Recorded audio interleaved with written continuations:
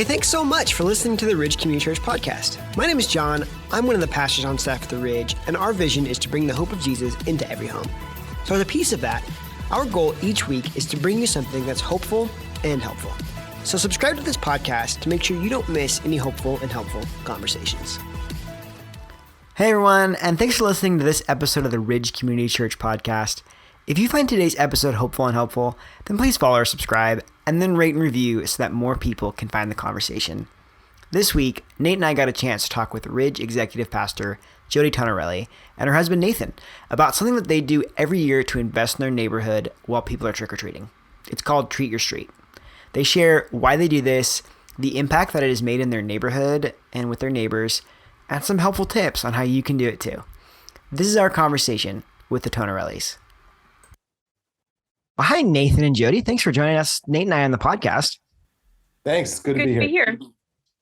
Yeah, so for the record, Nathan, I'm going to have to call you Nathan because Nathan and Nate are going to be real confusing.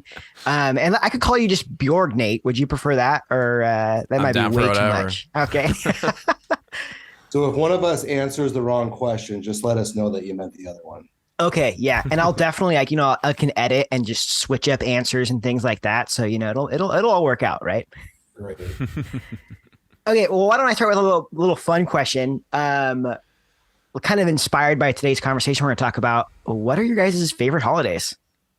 Oh, Christmas, like hands down. I feel like I turn into a wacko at work and I have a little Christmas rug I put outside my office and lights I put on my door. And I love Christmas at home. I start baking Christmas cookies like over Thanksgiving. It's my favorite thing to lead through at the church. It's my favorite everything, Christmas. Yeah. I'd say my favorite holiday is Thanksgiving. And I have to, first of all, say I do nothing with any kind of food preparation, but that's probably why I enjoy it so much. But I like it just because it's a time of the year where everything really slows down for at least a couple of days. Lots of people are off of work and you don't have to be checking emails or voicemails as much. And the day starts real slow where you just kind of get up in a warm house with good smells. You get excited about having folks over that you get to enjoy a great meal with and be social. And it's just a fun time just to have a couple of days to rest and think about the things that you're thankful for. Do you have a favorite Thanksgiving food? Yeah, dressing. Jodi, what about you? Yeah, same. But my mom brings it and she won't share the recipe. And I think it's like some great aunts or great grandmas or something. And I said, I'll even come over. It'll be a bonding thing. You can teach me how to make it. Nope. Can you just let me take a screenshot of the recipe card? Because it's handwritten out. Nope. I'm like, Mom, come on. But she brings it every year and it's always fantastic. And Nathan thinks Thanksgiving is slow and leisurely because he's not in the kitchen. So I love that. That's a total dude answer. Thinking like, oh, how many people have you invited to our house already this year? We got to cut you off. Yeah, including us, it's 15. I think that's real manageable.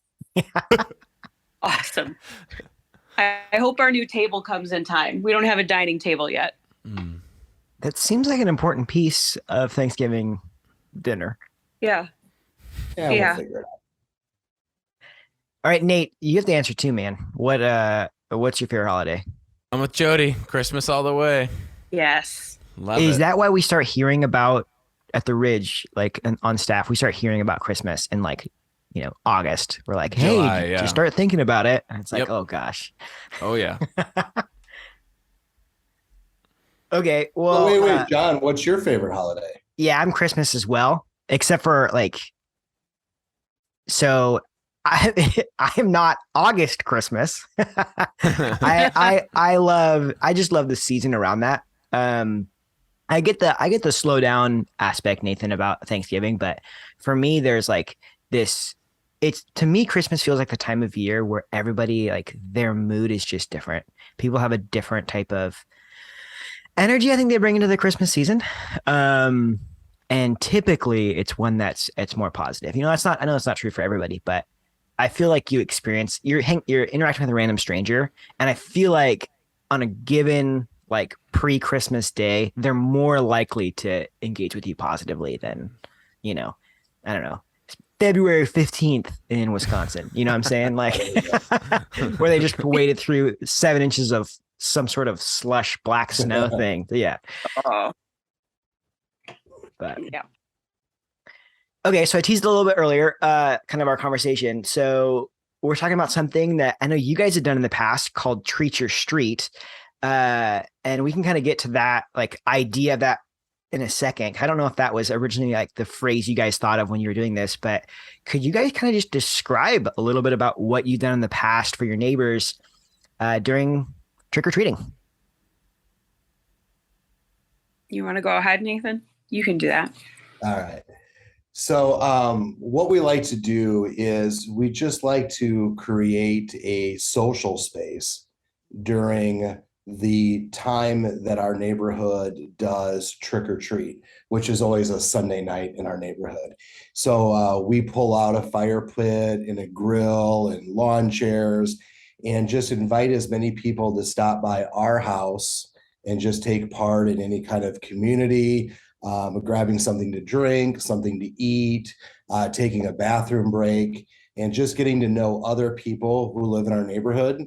And many of our friends and our neighbors invite other people to trick or treat with them in our neighborhood because it's a real safe, contained neighborhood. And we just get to meet all kinds of different people and introduce people to other people that don't know each other. And it gets just to be a good space. And it's a very easy space to introduce different people to one another in our neighborhood.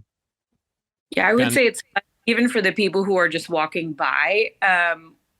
We try to extend the hospitality into the street. So like I'll have pizza cut up small enough that you can grab it and go.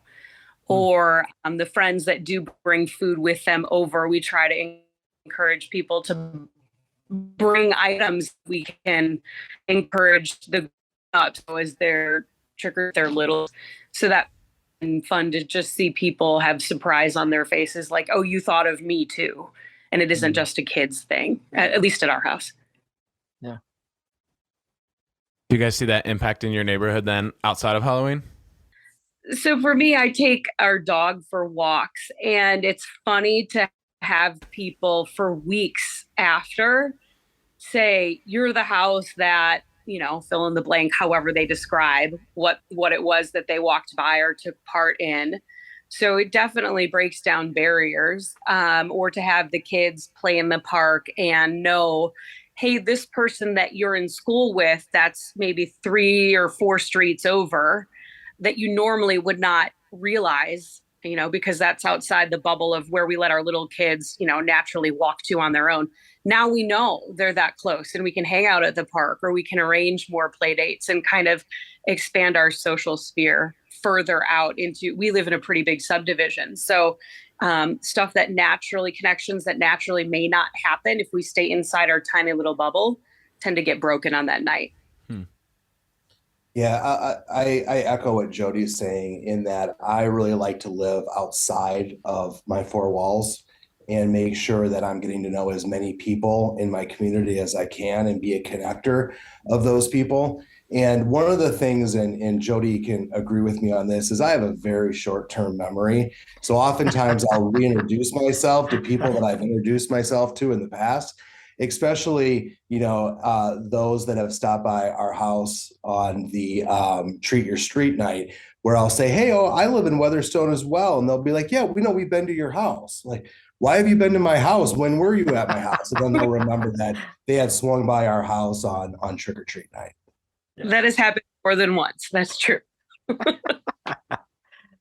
that's amazing. Okay, so take me back to like the inception of this whole idea. Like, you start and you're randomly like, you know what? Why don't we just reverse trick or treating and give stuff to the parents and kind of create a space for that? Like, how does that idea even like start? Was that something that was like started off as this idea of we really want to invest in our neighbors, or was it more organic? Like it was like,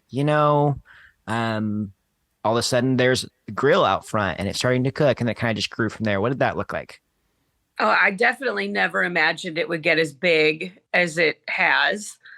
It started for me years and years and years ago, where I don't know what we were doing or what event we were at, but Mark and Donna White were there. And for some reason, they were telling a story, probably about how great of a baker Donna is, and that she would set stuff out just on a little like tray for the adults. And they had been doing it for years. And I was like, oh, that's such a great, like, warm thing to do to welcome other people. But this was before we were living in our current house, before we had kids of our own. So I kind of didn't connect enough of the dots to see what it would mean or what it would look like for us to be doing it.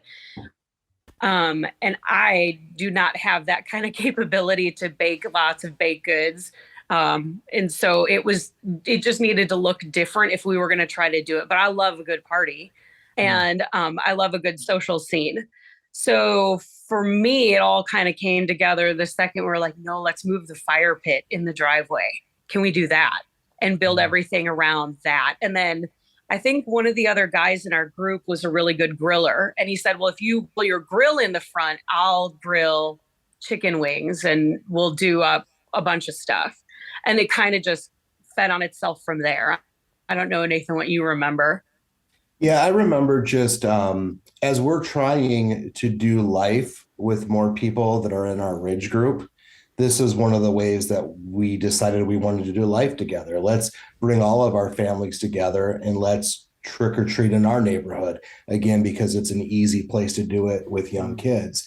And as our group all came together on our driveway and we brought that grill out and we brought the fire pit out, it started to grow organically because people would just stop by, and naturally we've got the gift, we think, in our home of hospitality. So we want to invite more people in and engage them in conversation. And then the next year, we decided that we should all invite somebody and I'll be responsible for bringing somebody with us so we can expand the size of that. And it's kind of cool because, you know, as you do life with other people in your Ridge groups, you also get to know those kids. So we'll all take turns taking a group of kids out, hitting a few houses and then coming back, and then somebody else takes them out on the other side. So it just becomes a great way to do life together and expand that life into getting to meet other people in our neighborhood and other people who are Ridge group members' friends.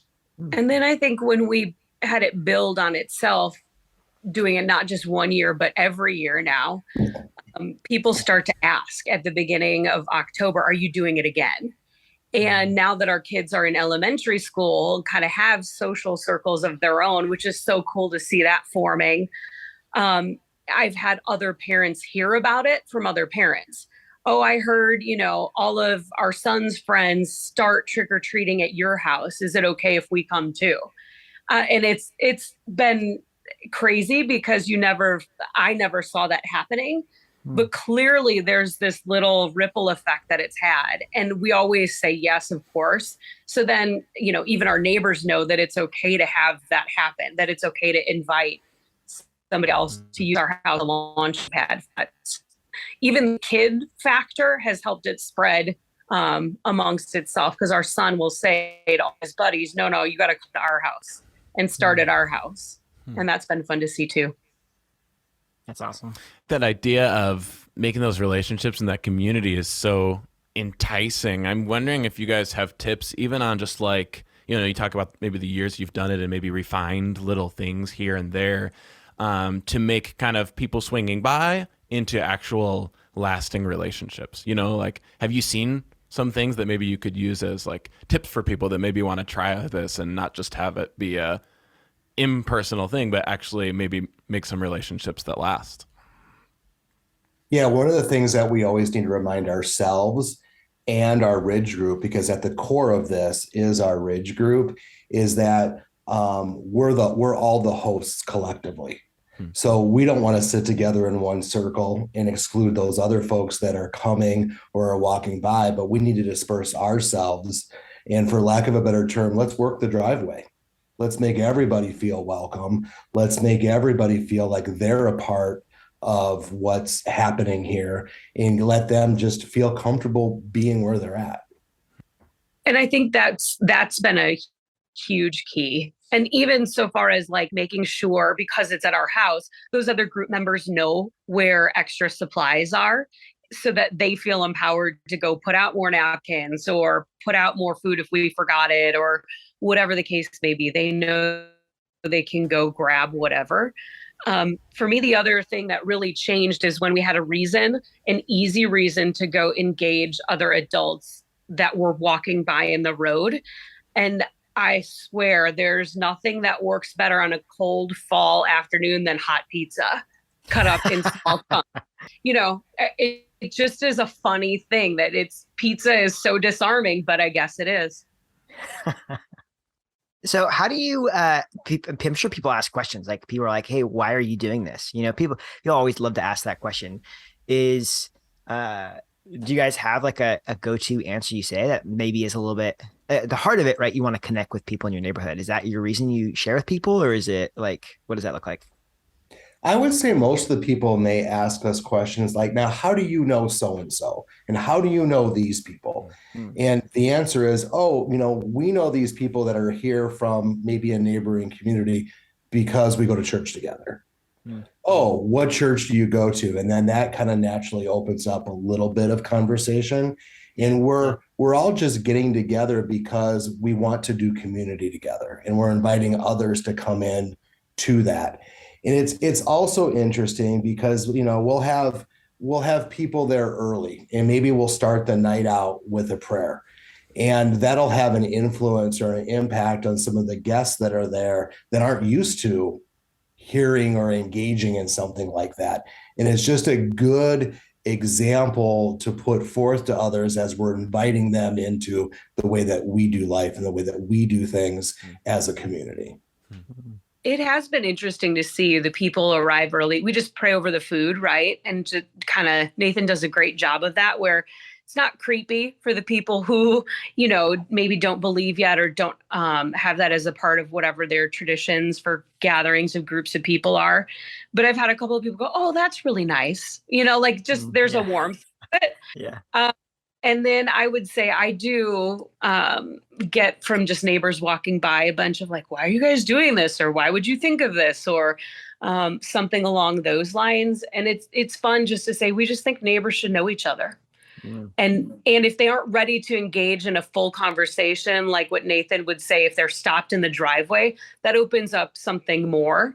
But if they're just walking by, it's like, at least at the very, very least, they just know that the people at this house want to know who they are, or are open to making connections, so that if they are walking by some other time with their kids going to the park or their dog or whatever, maybe it would lead to another connection and another open door somewhere down the line. It's a great line, Jodi. I think neighbors should know each other, right? And I think that's a mantra that can be true regardless of everyone's living situation, regardless of your yard or driveway situation. Like, you can apply that to any neighborhood, right? I think that's the hope, because not everybody lives in a subdivision with easy access to something like this, like we know we do. So clearly, we want to take advantage in a big way. But we talk about living and loving like Jesus. And if we want to love our neighbor as ourselves, then you have to start with making, in some way, making an effort to have an open door to a conversation, to a connection. And so how do you take what you say you believe and turn it into action? And for us, this treat your street concept has kind of, taken on a life of its own and become that for us. But maybe for you or whoever's listening, it's not this thing, but there's a different way you can love your neighbor as yourself by engaging in some little way. What I really appreciate about that is that it's not you guys on the corner handing out flyers that say come to the Ridge. You know what I mean? Like that's not your purpose. You're not like, that's not your goal. Your goal is, no, we're going to connect with these people. We're going to have conversations. We're going to know our neighbors in a way that's impactful. And you know what? That would be amazing if we have conversations that actually lead towards, the Ridge and being a part of that. That's awesome. And we hope that, those conversations maybe eventually lead there, but it's not, your goal isn't, oh, as soon as they say hi, I'm going to make this invite, right? It's almost the opposite of that, right? We haven't earned their trust or the right to do that yet, relationally in most cases. And so I feel like if nothing else, you're just trying to um, earn the right to at some point down the line have influence or share trust with someone else. And for me, so often in relationships, trust is earned for me too. And so I'm looking to build it. And I think for me, everything changed when you stop doing stuff like this with valuing what is most important to you, and really looking at what would be most important for them. And if you focus on them first, I think 9 times out of 10, you'll do a pretty good job at getting it right. Do you guys have any lessons learned? Like, I guess it could be the hard way or the easy way, either one. Nathan, on you start. Lessons learned. This is a great type of a party because it is easy cleanup because it is outside and you don't have a bunch of kids running through your entire house. True.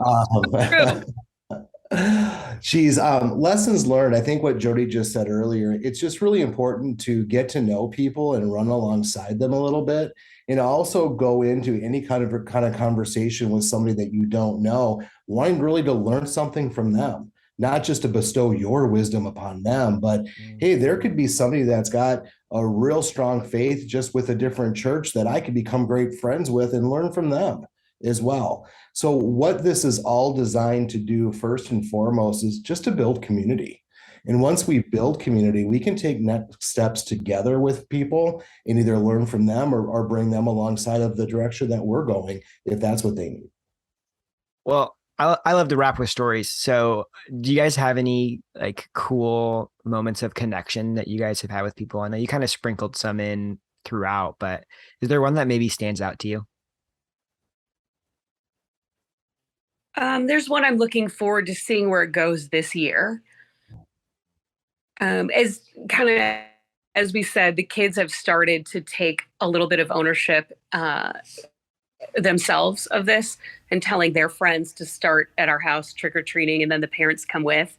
And our son is on a soccer team, and it's a new team, and most of the team has played together for years. And so for us to get to know those parents has just been a little bit tougher than what I had expected.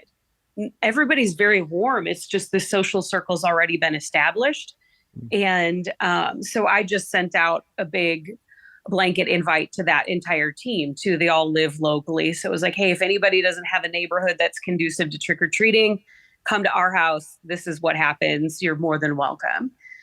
And at least one family thought that that was like abundantly inviting and warm, and just got to have a really long conversation along the sidelines of a soccer game with a mom and a dad who, for them anyway, an invite like that was really unexpected. And so you can see the seeds of it already starting to break down some barriers, because it was by far the longest conversation I've had with them. And our kids have been playing together since summer.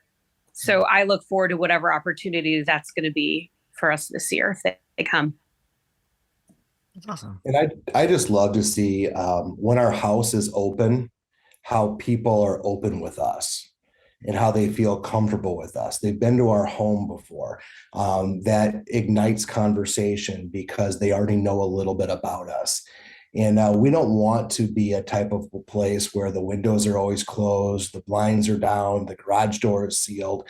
We want to be open facing to anybody who, if there is a kid who is lost in the neighborhood, they know they've been to our house before, they feel comfortable there, that it can be a place that they can come. So that is kind of one of those unintended things that happen through opening up and having something like this, is that we become an open facing part of our community. I just love that picture. I love that picture of community being created and connections being established to where you know your neighbor. Man, I just keep coming back to that phrase. That was good. That right there is worth the listen. Well, Nathan, Jodi, thank you so much for joining Nate and I and chatting about this and sharing a little bit about your story, about what you guys do. And my hope is that people will listen to this and be encouraged and inspired to do some of this in their own neighborhood. And like you said, Jodi, it doesn't necessarily have to look exactly like what you guys do, but find your version. Maybe you're not a griller, but you are a baker, you know, find your thing and invest and treat your street. Thank you, guys. Thanks. Well, that was our conversation with Nathan and Jodi Tonarelli. Nate, you want to start us off with any takeaways or any thoughts that come out of that? Yeah, I mean, I think like the cool thing about this conversation was this is something that like I think we all want, right? It's to just like get more connected with our community and you know, grow our relationships and stuff. And so it was cool to kind of hear how they've been doing that and how they've built on Treat Your Street for years now. And like I know, like, for example, as we were talking, I was thinking of my neighborhood and how I might adapt things or be able to like leverage that to do things here. But man, just some good tips and some good stuff to kind of help get the ball rolling on some of that stuff, because it's amazing how tricky it can be sometimes to live somewhere for a while and still not like know your neighbors, you know? Yeah. I mean, I felt like conviction during this conversation where like I live in this fourplex of an apartment. Uh-huh. And, you know, I had like brief, oh, hey, how's it going type of conversations with people, but really trying to figure out a way to interact in a more meaningful way. And it's just the know your neighbor line. Mm-hmm. Like, I don't know, that seems really powerful. And Yep. I also really appreciate the heart of just like connection and being like, no, if you create a place of connection where you know each other, Mm-hmm. Conversations grow and a community kind of develops. Mm-hmm. Also pizza. I mean, also pizza. I do appreciate some like the tangible, like small cut up slices, Yeah. you know, versus like, you're not like handing out Chicago deep dish over here, you know? Yeah. Cool. Well, I think one of the really actionable takeaways, if you head over into our show notes, we're going to have some resources about, hey, how can you do Treat Your Street? How can you adapt it to make it look like, you know, something that's going to fit for you, whether that's letting people know and inviting them, whether that's organically. We'll have some resources for how you can do that in our show notes. But if you like this podcast, if you found it hopeful and helpful, then please follow or subscribe so that you don't miss more hopeful and helpful conversations.